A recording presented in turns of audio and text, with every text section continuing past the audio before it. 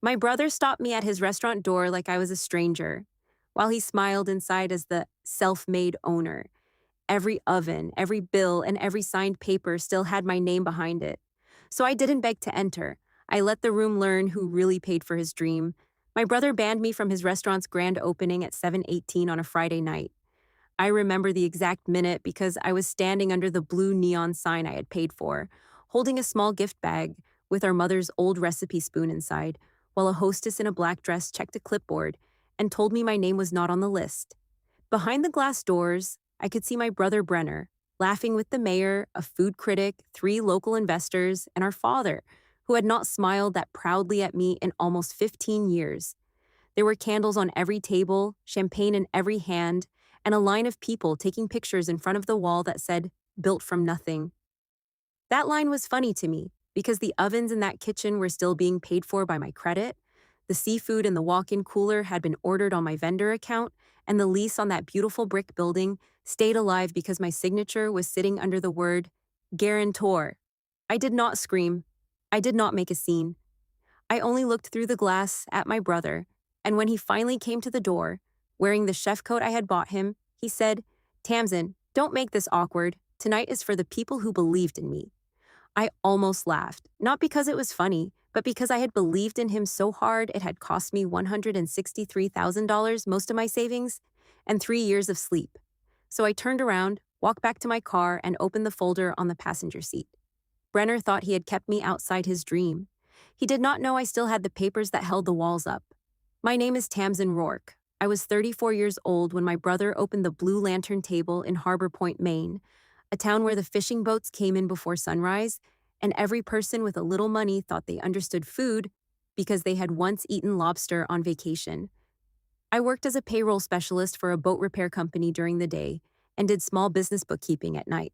That meant I spent most of my life looking at numbers people ignored until the numbers started biting them. My brother Brenner was the opposite. He did not ignore numbers because he was careless. He ignored them because he believed charm could replace math. He had bright eyes, a fast smile, and the kind of voice that made people trust him before they checked the facts.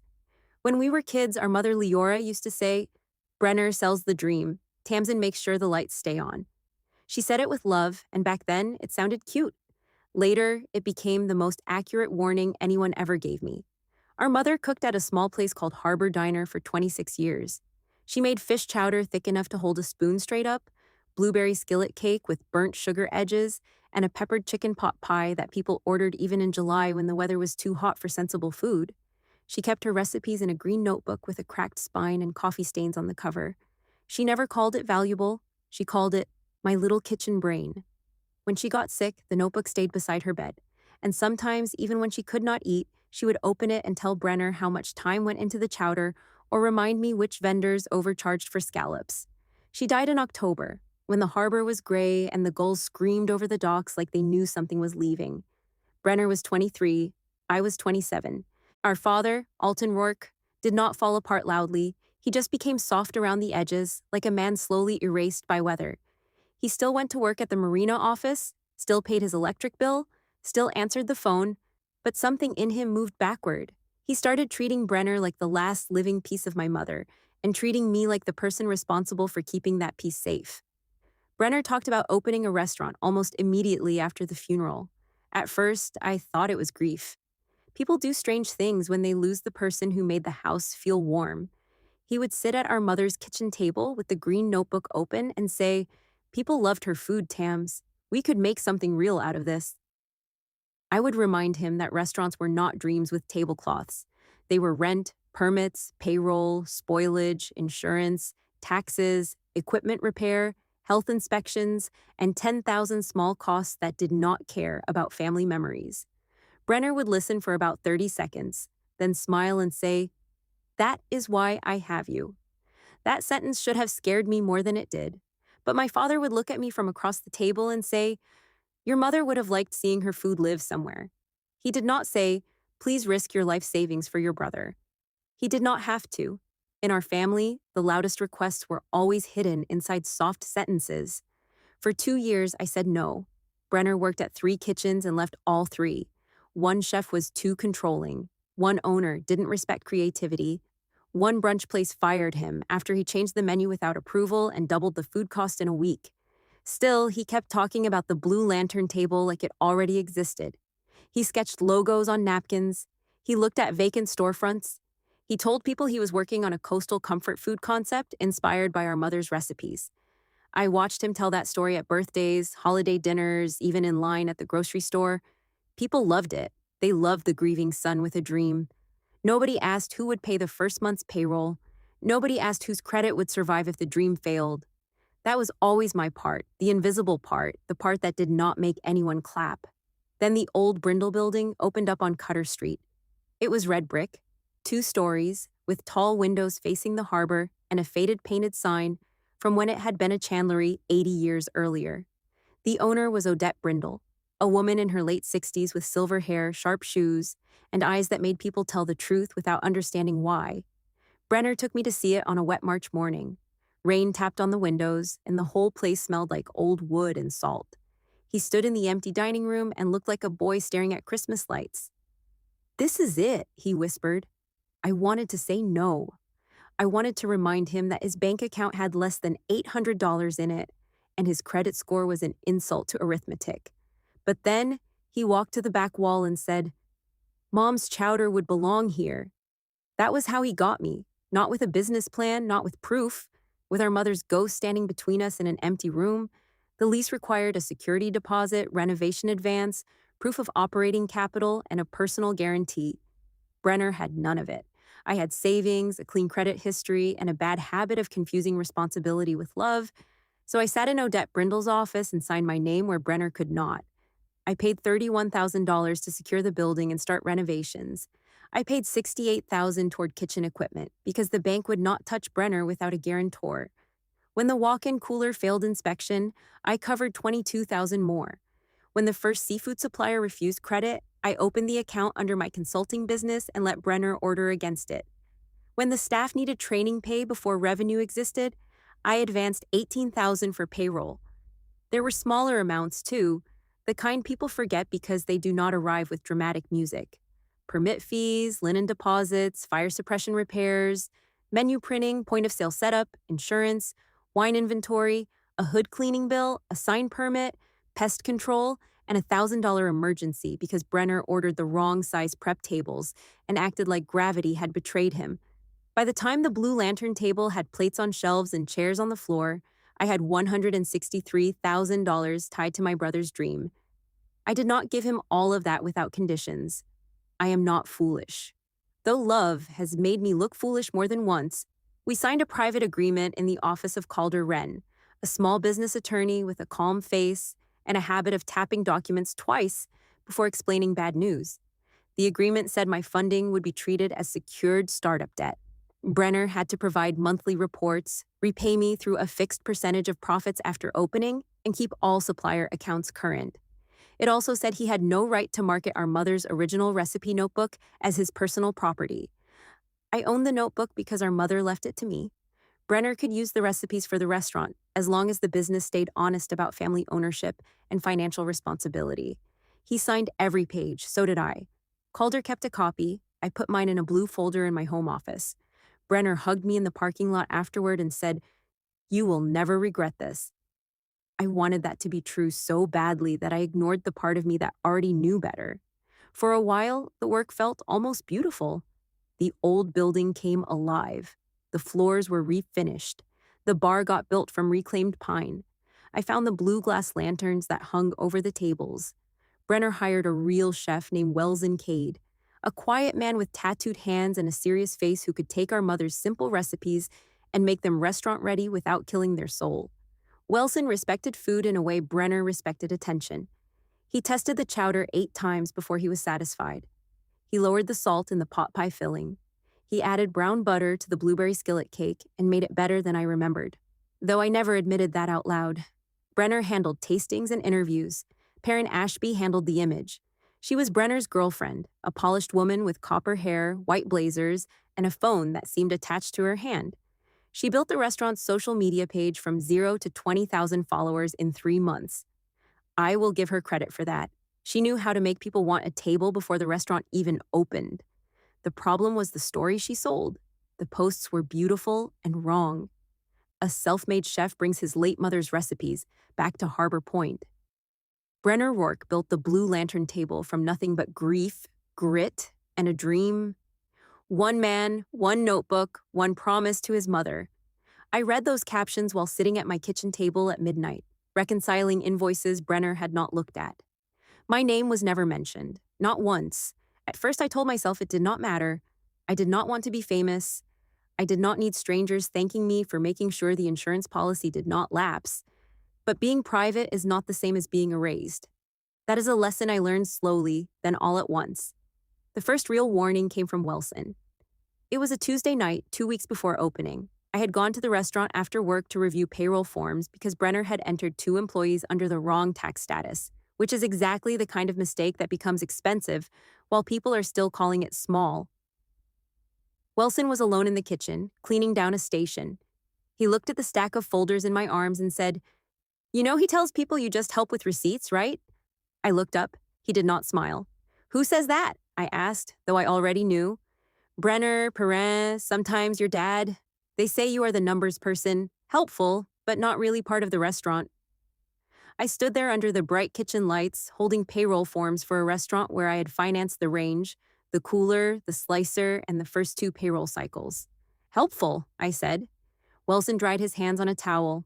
"I thought you should know before the room gets full of people who believe it."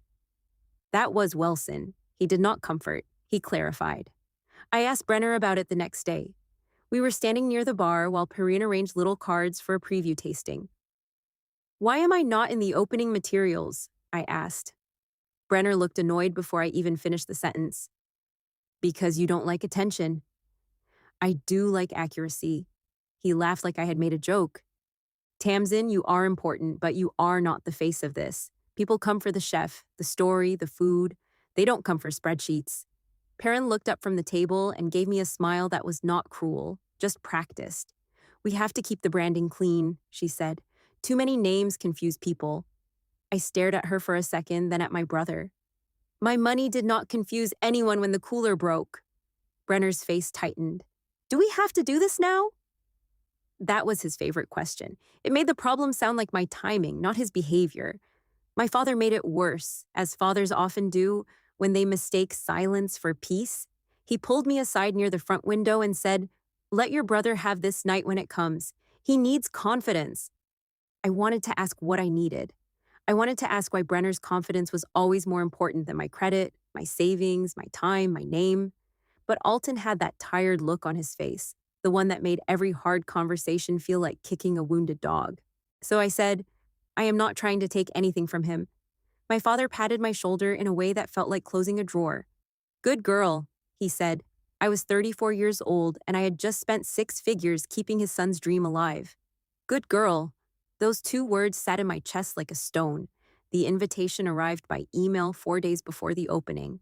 Heavy digital design, Blue Lantern logo, gold letters, local sponsors, chef portrait, Perrin's name as creative director, Brenner's name as founder. My name did not appear anywhere. I texted Brenner, "Is this the final version?" He replied 20 minutes later, "Yes, looks amazing, right?" I typed 3 different answers and deleted all of them. Then I saw Perrin's newest post. It was a video of Brenner standing in the dining room, talking about sacrifice. "Nobody handed me this," he said into the camera. "I had to fight for every inch." Behind him was the bar I paid the carpenter to finish after Brenner forgot the second payment. Under the video, my father commented, "Your mother would be proud." I closed the app and sat very still for a long time. Sometimes betrayal does not arrive as a shout. Sometimes it arrives as a caption. On opening night, I wore a navy dress and the silver earrings my mother gave me when I graduated from community college. I brought a gift, because apparently some part of me was still soft enough to believe the door would open. Inside the gift bag was my mother's old tasting spoon, the one with the bent handle. I thought Brenner could hang it in the kitchen. I parked 2 blocks away because Cutter Street was full. People stood outside taking photos of the sign. The Blue Lantern table glowed warm through the glass, and for one brief second, I felt proud. Not of Brenner only, of the building, of the lights, of the staff moving confidently, of Wilson in the kitchen, calm as weathered stone, of myself, though I did not say it. Then I reached the hostess stand, and the young woman looked at her clipboard, then at me, then back at the clipboard. "I'm sorry," she said. "I don't see your name." I gave her my full name. She checked again. Her cheeks colored. "Mr. Rourke said no walk-ins tonight. Private list only." "I'm his sister," I said. The hostess looked toward the dining room, like she wished she could become part of the wallpaper. Brenner came to the door after Perrin whispered to him. He did not step outside. That detail matters. He stayed inside the warm light, one hand on the handle, body blocking the entrance like I was a problem the restaurant might catch. "Tamsin," he said softly, the way people speak when they want witnesses to think they are being kind. "This is a media night. It is complicated." I looked past him and saw our father at the bar lifting a glass to someone I did not know.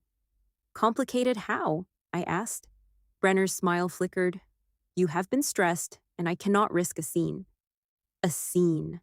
I had spent 3 years preventing scenes. I had paid vendors before they could make scenes. I had fixed payroll before employees could make scenes. I had signed guarantees so Odette Brindle would not make a scene. "So I am banned?" I asked. He breathed out through his nose. "Tonight is for the people who believed in me." There it was, the sentence that cut cleanly because it was so stupidly confident. I looked at my brother in the chef coat I purchased on my card and said, "Enjoy your night." Then I walked away. If you have ever been kept outside something you helped build, you know the strange calm that comes after the hurt. It is not forgiveness, it is the mind finally reaching the end of an excuse. I sat in my car for 11 minutes. The gift bag rested on the passenger seat. Through the windshield, I could see guests entering the restaurant, laughing, fixing their hair, holding phones high for photos. My hands were steady. That surprised me. I opened my email because habit is stronger than heartbreak. There were 3 unread messages from vendors. The seafood supplier needed confirmation for the next delivery. The equipment company needed a missed service payment cleared before warranty activation. The point-of-sale company warned that the final setup fee would run Monday from the account on file. Mine. I looked at those emails, then at the restaurant, then at the blue folder I had brought because I planned to review payroll after dinner if Brenner needed help. That was the saddest part. I had come ready to help after being ignored. I started the car, drove home, and placed the folder on my kitchen table. At 9:42 that night, while Brenner was probably raising a glass under the lanterns, I wrote one email to Calder Wren. "I need to remove my personal exposure from the Blue Lantern table. Please review everything first thing Monday." Then I added, "Also, I need to protect my mother's notebook." I slept better than I expected. Calder called me Saturday morning instead of Monday. He was like that, calm, exact, and allergic to delayed problems. I met him at his office at 10 with coffee in my hand and no makeup on my face.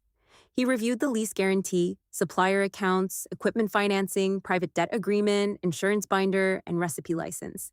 He did not react dramatically. Lawyers rarely do when the facts are strong. They only get quiet in a way that lets you know someone else should be worried. After an hour, he tapped the lease twice. "You are not trapped," he said, "but you have been generous past the edge of reason." I laughed once without humor. "Can I withdraw?" From future exposure, yes. Existing obligations must be handled carefully. The lease will require Brenner to provide a replacement guarantee or additional security. Vendors can close his credit lines unless he signs personally. The equipment company can demand cure or repossession if payments are not made. As for the recipes, he can use what you allowed him to use, but he cannot claim the notebook was left to him or use your mother's legacy as personal property. He looked over his glasses. "Tamsin, you do not have to burn down his restaurant. You just have to stop being the hidden foundation." That sentence stayed with me. Hidden foundation. People love beautiful rooms. They praise windows, lights, flowers, menus, speeches. Nobody thanks the concrete under the floor until the building shifts. By noon, Calder had prepared notices. One went to Odette Brindle, informing her I would not cover any default after the current guarantee period, without a signed restructuring agreement. One went to each supplier, clarifying that future orders required Brenner's direct authorization and payment. One went to the equipment company, asking them to verify the account and contact the operating party for cure. One went to Brenner, with every amount listed cleanly. No insults, no threats, just numbers. That is the thing about numbers. They do not need adjectives to be brutal. Brenner called me at 2:06. I let it ring. He called again at 2:09. I let that one ring too. Then came the texts. What are you doing? Why is Odette asking for financial documents? Perrin is freaking out. Do not ruin this for me. I waited until the fourth text, because the fourth one said, after everything I gave this family, you pick now? That one deserved an answer. I wrote back, send your bank statements to Odette, sign your supplier guarantees, pay your equipment balance, then there is nothing to ruin. He did not respond for 27 minutes. Then he wrote, you are being bitter because you were not included in one party. I looked at that message for a long time. One party. It was never one party. It was every late night, every quiet payment, every caption, every interview, every time he let people believe he had done alone what he had done on my back. I put the phone down and opened the green notebook. I had not opened my mother's recipe notebook in months. The cover was softer than I remembered, the corners worn white. Inside, Leora's handwriting leaned slightly to the right, confident and uneven. Chowder on page 12, pot pie on page 21, blueberry skillet cake on page 34. Notes in the margins. Bren likes extra pepper. Tam says less sugar is better. She is right, but don't tell her. I smiled at that and hated how quickly my eyes filled. On the last page, there was a note I had read only twice before, because it hurt too much. For Tamsin, who understands that feeding people is not only cooking. It is planning, saving, stretching, and staying when others get tired. Let Brenner cook from this if he grows into it. But this book is yours. My mother had seen me. Quietly, clearly, before anyone else did. Brenner had been selling the restaurant as if the notebook had been placed in his hands like a crown. It had not. I had lent him a family story. He had worn it like ownership. The second public event was Sunday night, a founders' dinner for investors, press, local business owners, and a few people Perrin called high-value tastemakers, which was a phrase my mother would have hated. Brenner did not invite me, obviously. Odette did. Her call came at 4 in the afternoon. You should come, she said. No greeting, no drama. Why? I asked. Because your brother is trying to convince 2 investors that the restaurant is free of personal debt and fully controlled by him. Your attorney copied me on the corrected documents. I dislike being lied to in my own building. That was Odette Brindle. She could make a sentence sound like a door locking. I almost said no. I did not want a public fight.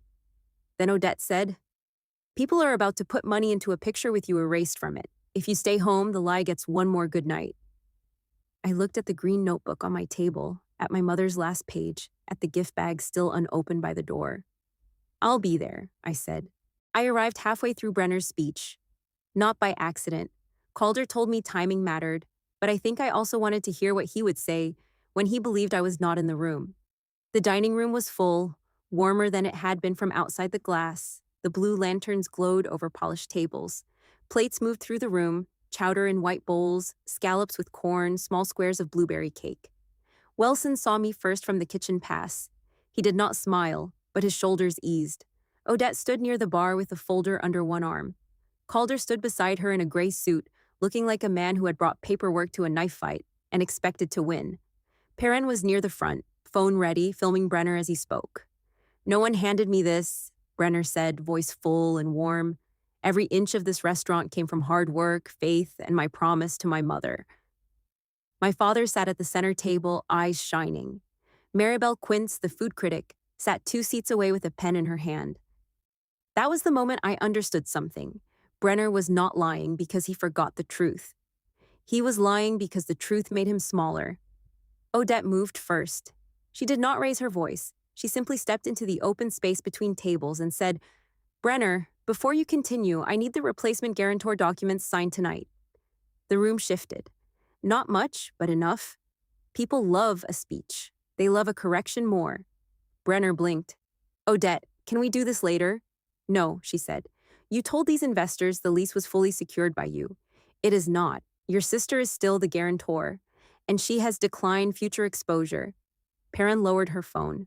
My father looked toward the back of the room and saw me. His face changed, not into anger exactly, but fear wearing anger's clothes. Brenner gave a small laugh. This is a misunderstanding. Tamsin helped with paperwork early on. Calder stepped forward. The lease guarantee, equipment financing, first supplier accounts, and opening payroll were not paperwork. They were obligations. His voice was polite enough to be deadly. Then the seafood supplier stood up. His name was Orrin Pike, a broad man with red hands and a voice that sounded like dock rope. "I got a notice yesterday," he said. "My account is under Ms. Rourke's business credit. If that changes, I need your payment method before Tuesday delivery." A man from the equipment company, who had apparently been seated near the wall, added, "And we still need the past due service balance cleared before full warranty activation. Current account holder is Tamsin Rourke." The dining room went quiet in layers, one table at a time. It was not the silence of shock alone. It was the silence of people recalculating. Plates, lights, speeches, hashtags, chef coats, family legacy. All of it was being rewritten by boring words like account holder and guarantor. If you have ever watched someone try to erase receipts with confidence, you know the special sound a room makes when paper wins.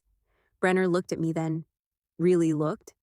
Not like a sister, not like a creditor either.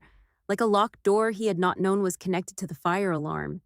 "Tamsin," he said with warning in his voice. My father stood halfway up. "This is not the place." I walked toward the front slowly, carrying the green notebook and my blue folder. "I agree," I said. "This should have been handled 3 years ago in private, when Brenner signed the agreement. Or 2 weeks ago, when I asked why my name was missing. Or Friday night, when he barred me from the opening of a restaurant I financed. But he wanted a public story, so now the public story needs facts." Perrin stared at Brenner. "You told me she was helping with admin." Brenner's jaw tightened. "She is making it sound bigger than it is." I opened the folder and placed the summary page on the table nearest Maribel Quince. Not because I wanted press, because press had been invited to praise a lie. $31,000 for lease and renovation advance, $68,000 for equipment, $22,000 for the cooler, $18,000 for payroll, $14,500 for opening inventory, $9,800 for licensing and processing. Smaller vendor and setup costs listed below. Total exposure, $163,400. I looked at Brenner. "Bigger than admin." Perrin's face had gone pale under perfect makeup. "Brenner," she said, "did you know these numbers?" He did not answer quickly enough. That was answer enough. My father stepped closer to me. "Tamsin, your mother would not want this." For years, that sentence had worked on me. It had stopped questions, delayed boundaries, softened anger, opened my wallet. That night, it finally broke. I held up the notebook. "Do not use Mom as a curtain." My father flinched. Brenner reached for the notebook like instinct took over. I pulled it back. "You told people she left this to you." He swallowed. "She wanted me to cook." "She wanted you to grow into the right to use it. That is different." I opened to the last page. My hands trembled then, not from fear, but from the weight of hearing my mother in my head. I read her words aloud, not all of them, just enough. "For Tamsin, who understands that feeding people is not only cooking, it is planning, saving, stretching, and staying when others get tired. Let Brenner cook from this if he grows into it, but this book is yours." Nobody moved, even the kitchen seemed to pause. Wilson stood at the pass with his towel in one hand. Perrin covered her mouth. My father sat back down, like someone had cut the strings holding him up. Brenner's face did not crumple. I almost wish it had. Instead, it hardened, which told me he was still searching for a way to survive the room. "You never cared about the restaurant," he said. "You cared about control." That one hit, but not deep enough to knock me down. "Control is what people call responsibility when they want the benefits without the limits," I said. "I cared when the first contractor threatened to walk. I cared when payroll was short. I cared when the cooler died. I cared when you needed Mom's recipes clean, tested, costed, and protected. I cared every time I said yes, after you had made yes dangerous." My voice stayed calm. I am proud of that, not because calm is always better, but because he had spent years making me the emergency department of his life. I was done bleeding in public to prove I had been wounded. Maribel Quince closed her notebook. She looked at Brenner, then at me, then at Welson in the kitchen. "Who developed the final menu?" she asked. Brenner opened his mouth. Welson answered from the pass. "I did, with Tamsin's recipe notes and Leora Rourke's notebook. Brenner approved tastings." It was not cruel. It was worse. It was exact. Perrin turned to Brenner, and her voice changed into something low and bare. "Did you keep her off the opening list because she knew all of this?" Brenner looked around the room, searching for one friendly face. Our father stared at the table. The investors stared at their plates. Odette stared like a judge carved from salt. Finally, Brenner said, "I wanted one night that was mine." Perrin nodded slowly, but there were tears in her eyes now. "So you let me advertise her money, her mother's book, and Welson's work as your miracle." He said, "I was going to make it right." I almost felt tired enough to sit down. People always say that after making it wrong becomes expensive. The dinner ended without dessert service. That sounds dramatic, but it was mostly awkward. Investors stepped outside to make calls. The mayor left with a tight smile. Maribel Quince asked Calder for the corrected ownership and funding documents. Perrin deleted 3 posts before she even left the dining room. My father came toward me once, stopped, then looked at the notebook in my hands. "Your mother saw you better than I did," he said. That was not an apology. It did not fix the years. It did not return the money or the sleep or the softness I had spent trying to hold the family together. But it was the first true sentence he had given me in a long time. I nodded because I did not know what else to do with it. Brenner stayed near the bar, surrounded by blue light and empty glasses, looking smaller than the room he had claimed to build alone. The legal restructuring took 3 weeks. I did not close the restaurant. I want that clear. I could have made it impossible for Brenner to keep operating by pulling every support at once, but destruction was never the point. The point was truth with payment terms. Calder drafted a new agreement. My startup funding became documented debt, with interest low enough to be fair and strict enough to be real. Brenner had to sign personal guarantees for future supplier accounts. Odette required additional security from him and removed me from future lease exposure after a transition period. Welson was made executive chef in writing, with public credit on the menu and website. My mother's name could not be used in marketing unless the restaurant included a statement that the original notebook belonged to the Rourke family archive under my care. Perrin ended her professional contract and, from what I heard, her relationship with Brenner too. She sent me one message 2 weeks later. "I am sorry I made the lie prettier." I wrote back, "Pretty lies still count, but thank you." That was all. Brenner did not become a better man overnight. People rarely do. He was angry first, then embarrassed, then quiet. For a while, he worked lunch prep under Welson, which might have been the first honest work he had done in the building. He sold his boat, downgraded his truck, and started making monthly payments to me because the agreement did not accept charm as currency. My father came by my apartment once with a paper bag of groceries I did not need. He stood in my kitchen looking at the organized folders on my shelf and said, "I did not know it was that much." I almost said, "You did not ask." Instead, I said, "Now you know." He nodded. Some families heal with hugs and speeches. Mine started with a payment schedule and an uncomfortable silence. It was not beautiful, but it was honest. And honest was already an improvement. As for the Blue Lantern table, it survived, which surprised some people and annoyed others. Maribel Quince wrote a review that praised the food and questioned the founder's story with surgical politeness. Welson's chowder became the dish people talked about. The menu changed. The wall that said, "Built from nothing," was painted over. In its place, Odette suggested a smaller line near the host stand. "Every table has a story." I did not love it, but I could live with it. I never became part of the restaurant's daily life. I did not want to stand at the door collecting gratitude like tips. Once the paperwork protected me, I stepped back. That was the freedom I had actually wanted. Not revenge, not applause, just the right to stop paying for a version of family where my only role was rescue. A month after the opening, I walked down to the harbor with my mother's green notebook tucked under my arm. It was early evening. The sky was pink over the water, and the boats knocked softly against the docks. I sat on a bench near the old bait shop and opened to the blueberry skillet cake. In the margin, my mother had written, "Tams likes the edges." I touched the words with my thumb and let myself miss her without turning that missing into another job. For years, I had thought love meant staying useful. I thought being the strong one meant never asking who was making me strong, never checking what it cost, never putting the burden down until everyone else was safe. But love without respect becomes labor. Family without truth becomes debt, and generosity, when demanded long enough, starts to look like ownership to the people receiving it. My brother banned me from his restaurant's grand opening, but I was the one who paid for it, so I did not crash the party. I did not throw wine, break plates, or shout over the music.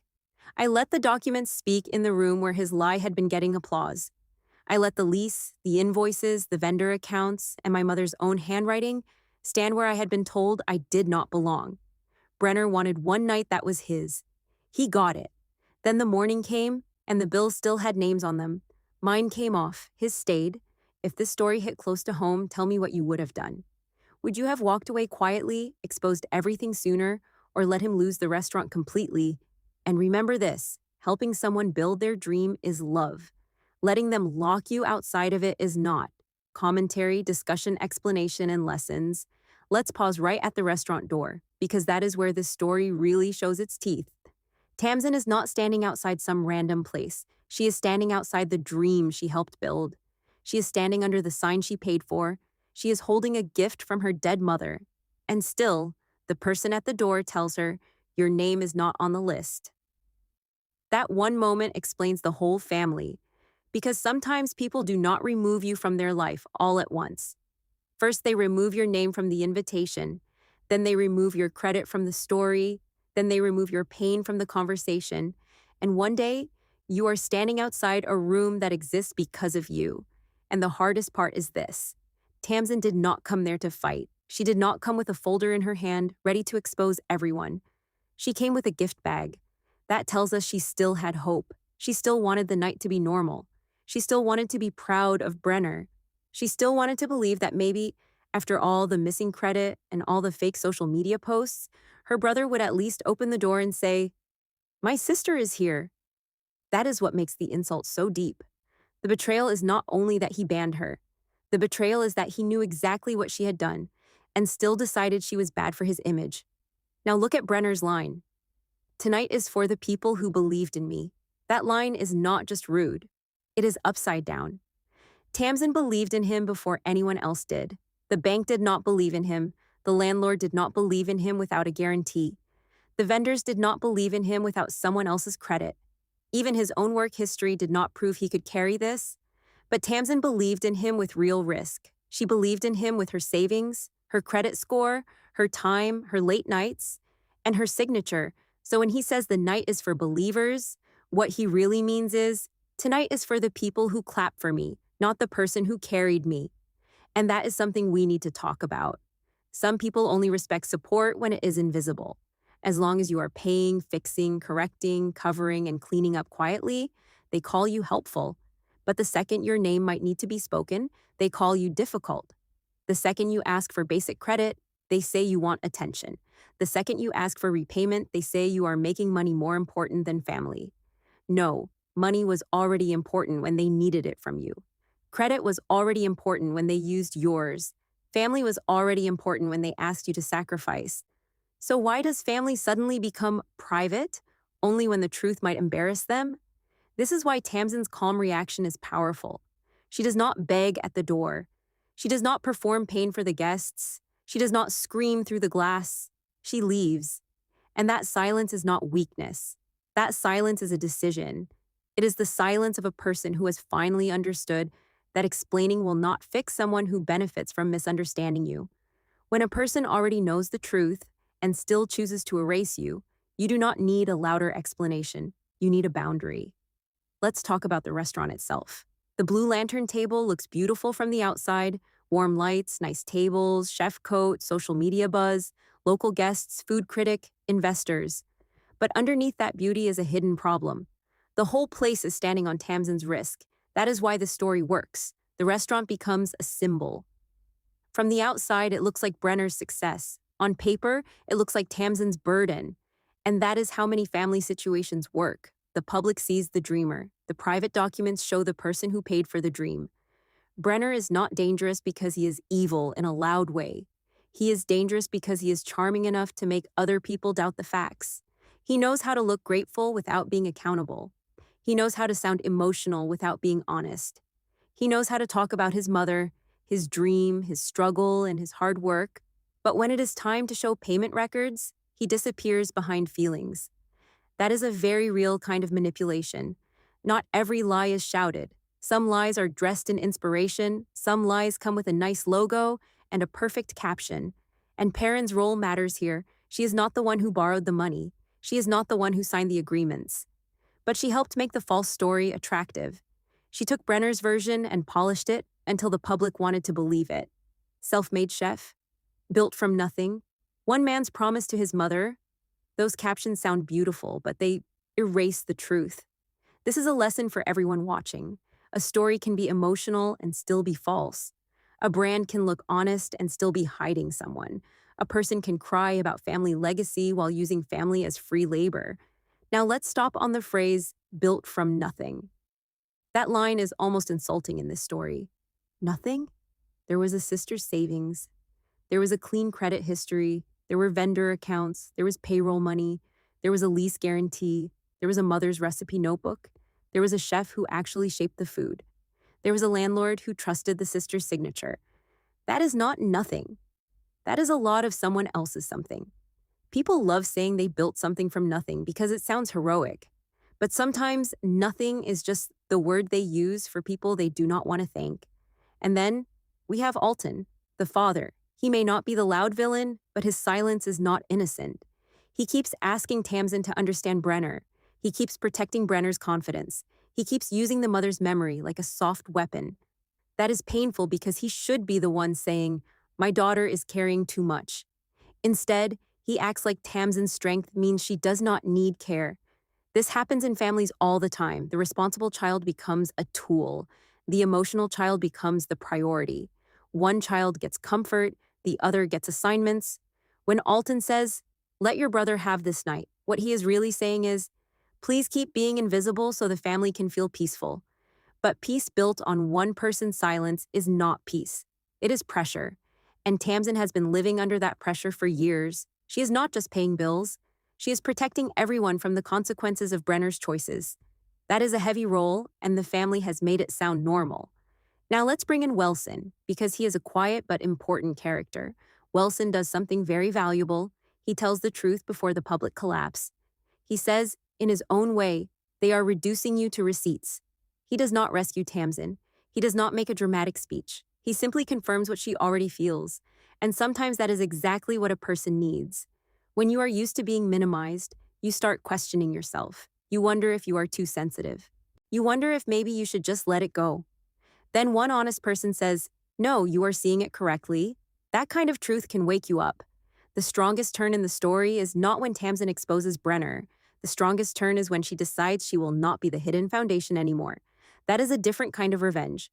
She does not try to destroy the restaurant in anger. She removes her future exposure. She protects her name. She protects her credit. She protects her mother's notebook. She says, "If this is your dream, then carry it like it is yours." That is not cruelty. That is fairness. This is where the story gives a very practical life lesson. If someone wants the title, they need the responsibility. If someone wants to be called founder, owner, boss, or self-made, they need to carry the risk that comes with those words. Brenner wanted the title without the debt. He wanted the applause without the invoices. He wanted the chef coat without the accountability. Tamsin's paperwork brings the title and the responsibility back together. Now the founder's dinner scene is beautiful because the truth does not come in as a personal attack. It comes in as business reality. Odette asks about the replacement guarantor. The supplier asks about the payment account. The equipment company asks about the balance. Calder confirms the documents. Wilson confirms the menu work. Each person adds one piece. And suddenly, Brenner cannot hide behind emotion anymore. This is how truth often wins. Not with one giant speech, but with small facts standing together. Watch how the room changes. At first, everyone is listening to Brenner's inspirational speech. They are ready to admire him. They are ready to believe the clean story. But when the documents appear, the room starts doing math. People stop seeing a self-made chef and start seeing a man standing on someone else's credit. That silence is powerful. It is not just embarrassment. It is the sound of a public image breaking. And this is important. Tamsin does not have to call Brenner a liar again and again. She does not need to insult him. She just shows the numbers. That is why document-based revenge feels so satisfying. Emotions can be denied, pain can be mocked, but invoices are hard to charm. A lease guarantee does not care about Brenner's smile. A vendor account does not care about his speech. A signed agreement does not care that he wanted one night to feel important. The truth is not emotional, and that is exactly why it is strong. The recipe notebook is the emotional heart of everything. Brenner has been using their mother's memory to build his brand. He has been acting like the recipes were left to him as proof that he was chosen. But the last page tells a different story. Their mother saw Tamsin. She understood that feeding people is not only about cooking. It is planning, saving, stretching, and staying when everyone else gets tired. That line changes the whole story, because Tamsin spent years thinking she was invisible, but her mother had actually seen her clearly. This is why the notebook reveal hits harder than the money. The money proves Brenner's lie. The notebook heals part of Tamsin's wound. It tells her, "You are not crazy. You are not just the back office. Your care counted." Sometimes one sentence from the right person can give back a piece of yourself that your family tried to take. Now, Brenner's defense is very revealing. He says Tamsin wants control. That is what people often say when boundaries interrupt their comfort. When you keep giving, you are loving. When you ask for the truth, you are controlling. When you cover their mistakes, you are loyal. When you stop covering them, you are bitter. Notice how quickly the label changes when the benefit stops. That tells us the relationship was not based on respect. It was based on access. Tamsin's answer cuts deep because it is true. Responsibility looks like control to people who do not want limits. She was not trying to control him. She was trying to keep the restaurant alive.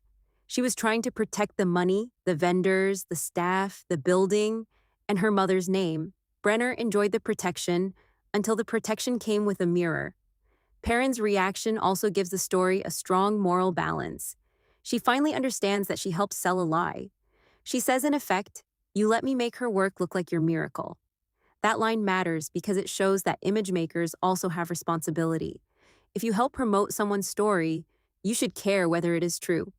Pretty marketing does not wash away exploitation. It can actually make exploitation worse because it turns the erased person into a ghost inside someone else's success. Now let's look at the ending carefully. Tamsin does not close the restaurant. That choice is very mature. She could have destroyed everything, and the audience might still understand why. But instead, she chooses structure. Debt becomes official. Brenner signs his own guarantees. Wilson receives proper credit. The mother's notebook is protected. Tamsin steps back. That is a stronger ending than simple destruction because it teaches a better lesson. Justice is not always about ruining someone. Sometimes justice is making them carry what they claimed was theirs. And that is exactly what Brenner has to do. If it is his restaurant, then he can sign for it. If it is his dream, then he can pay for it. If it is his name on the speech, then his name can also be on the risk. That is fairness, not revenge.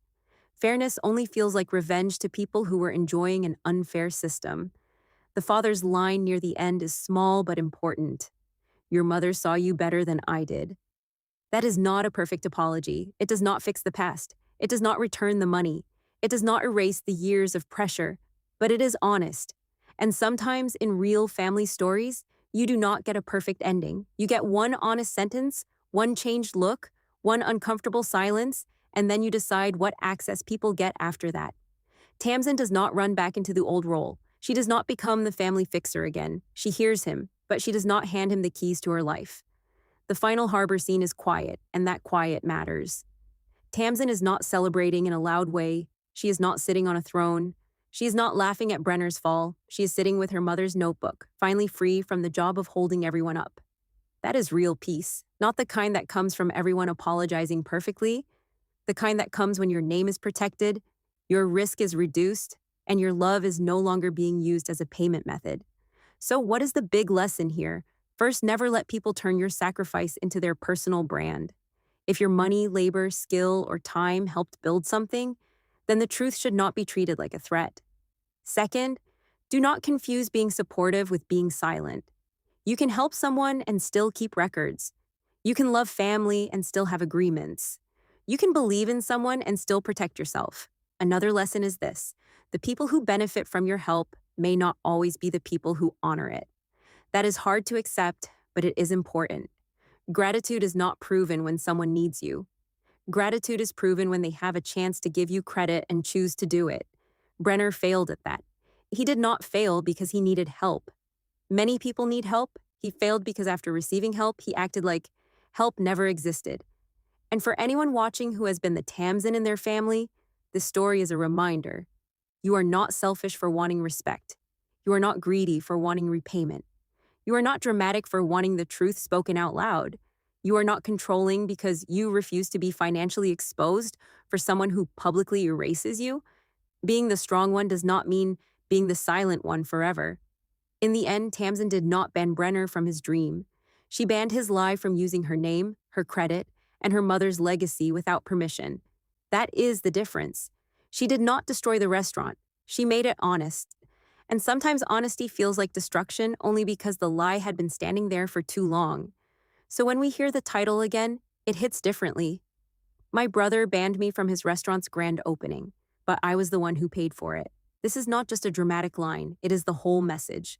If someone locks you out of what you helped build, maybe the problem is not that you want too much. Maybe the problem is that they got too comfortable receiving everything while giving you nothing but silence. And that is where we should leave this story, with the truth that love should never require you to disappear. Helping family is beautiful when respect is present, but when your help becomes expected, hidden, and used against you, then stepping back is not betrayal. It is self-respect finally speaking in a language everyone can understand. The end